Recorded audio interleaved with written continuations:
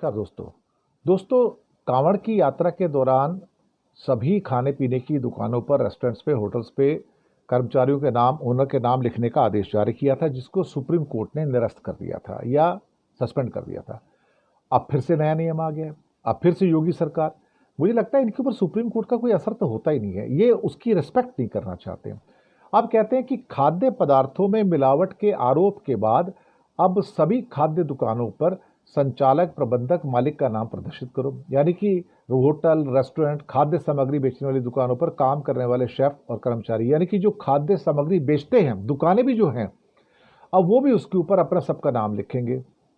ये तो कहीं नहीं होता भाई, दुनिया में कहीं भी नहीं होता। और ये कहना कि ये सिर्फ बेईमानी रोकने के लिए, खाद्य पदार्थों में मिलावट रोकने के लिए किया जा रहा है और फासा के अंतर्गत, फूड एंड सिक्योरिटी एक्ट जो है उसके अंतर्गत, तो मुझे लगता है ये तो बात तो है कि ये पहले जो कानून था अब दूसरे कानून के अंतर्गत बनाने की बात की जा रही है। शेफ और कर्मचारियों के लिए मास्क के साथ दस्ताने पहने अनिवार्य हैं, सीसीटीवी कैमरा लगाना चाहिए। पर खाने बनाने की जगह पे सीसीटीवी कैमरा क्यों होना चाहिए भाई? किसके लिए? अंडर कौन सा लॉ है ऐसा जो कहता है?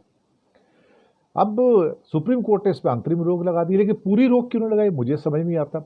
सीसीटीवी, मास्क, दस्ताने की बात तक शामिल नहीं थी। ये किस लिए भाई? क्यों? क्यों? होटल्स के अंदर जो शेफ हैं वो तो ऊपर कैप पहनते ही है ना, खाने में दस्ताने भी यूज करते हैं, लेकिन हर चीज में दस्ताने यूज नहीं होते हैं। आप जब रोटी बना रहे हो, तंदूर में लगा रहे हो, उसमें दस्ताने हो नहीं सकते हैं। और फिर योगी सरकार ने कहा कि आप जो नियम है उनके अंदर बदलाव कर दो। ये सरकार ने आदेश, हिंदू मुस्लिम डिवाइड करने का असली तरीका यही है और कुछ भी नहीं है। और टाइम्स ऑफ इंडिया ने भी इसके ऊपर एक बड़ा एडिटोरियल दिया कि don't divide the country on this basis. लेकिन मुझे लगता है कि योगी जी अब इस राह पर बहुत आगे बढ़ चुके हैं और पीछे हटने वाले नहीं है। शायद पूरी बीजेपी उस राह पर आगे बढ़ चुकी, जहां पर उनको इस समय हिंदू मुस्लिम का डिवाइड या भारत को डिवाइड करने के रास्ते में जो आगे जा रहे हैं, मुझे लगता है कि हम बहुत खतरनाक दिशा में जा रहे हैं। फिर वो लिखते हैं कि देश के अलग अलग हिस्सों में जूस, दाल, रोटी जैसे खाद्य पदार्थों में बहुत सारे मिलावट की चीज़ें आ रही हैं। भाई मिलावट की चीज़ों के लिए अलग कानून है। आप मिलावट की चीज़ों का अगर कोई सारा का सारा गलती कर रहा है, ऐसे दवाइयाँ भी गलत आ रही हैं, उसके अंदर भी मिलावट आ रही है, नकली दवाइयाँ आ रही हैं, तो वो मालिक का नाम थोड़ी लिखना ज़रूरी है, कर्मचारियों का नाम लिखना थोड़ी ज़रूरी है उसके ऊपर। और फिर पुलिस प्रशासन कहेगा तुम्हारा जो खाना बन रहा है उसका सीसीटीवी फुटेज दो। भाई क्यों?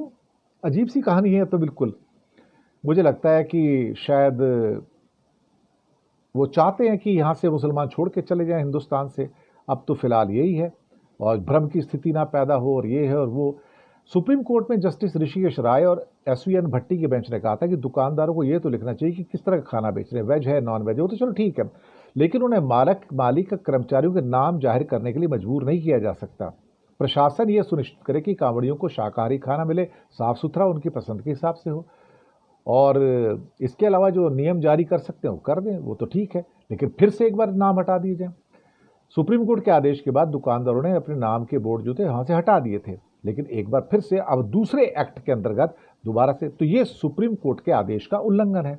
मुझे लगता है कि जब ये सारा का सारा, एक वकील है महमूद प्राचा हैं, बड़े फेमस हैं, उन्होंने कहा कि सुप्रीम कोर्ट में इस मुद्दे पर याचिका लंबित है। ये आदेश एक किस्म से सुप्रीम कोर्ट के आदेश से बच निकलने का एक और प्रयास है।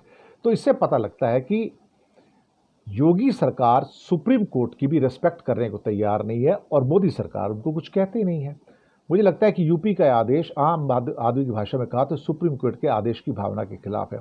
अगर कोई मिलावट कर रहा है उसके लिए पहले से कानून है।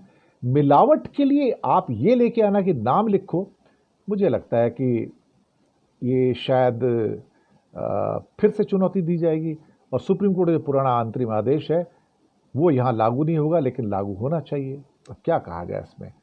मुझे लगता है कि चीज़ें यूपी सरकार जो है वो एक खास मिशन लेके चल रही हैं, एजेंडा लेके चल रही हैं। और उसके बाद हिमाचल के अंदर भी हुआ, विक्रमादित्य सिंह ने भी कह दिया कि जो मंत्री हैं हम भी पहचान पत्र जारी करेंगे इस किस्म के, लेकिन अल्टीमेटली सरकार ने कहा कि ऐसी कोई बात नहीं है। तो विरोधाभास की स्थितियां कांग्रेस के अंदर भी इसमें आ रही हैं हिमाचल से, लेकिन यूपी का ये जो आदेश है सुप्रीम कोर्ट के अंतरिम आदेश के खिलाफ जाता है। शुक्रिया आपका।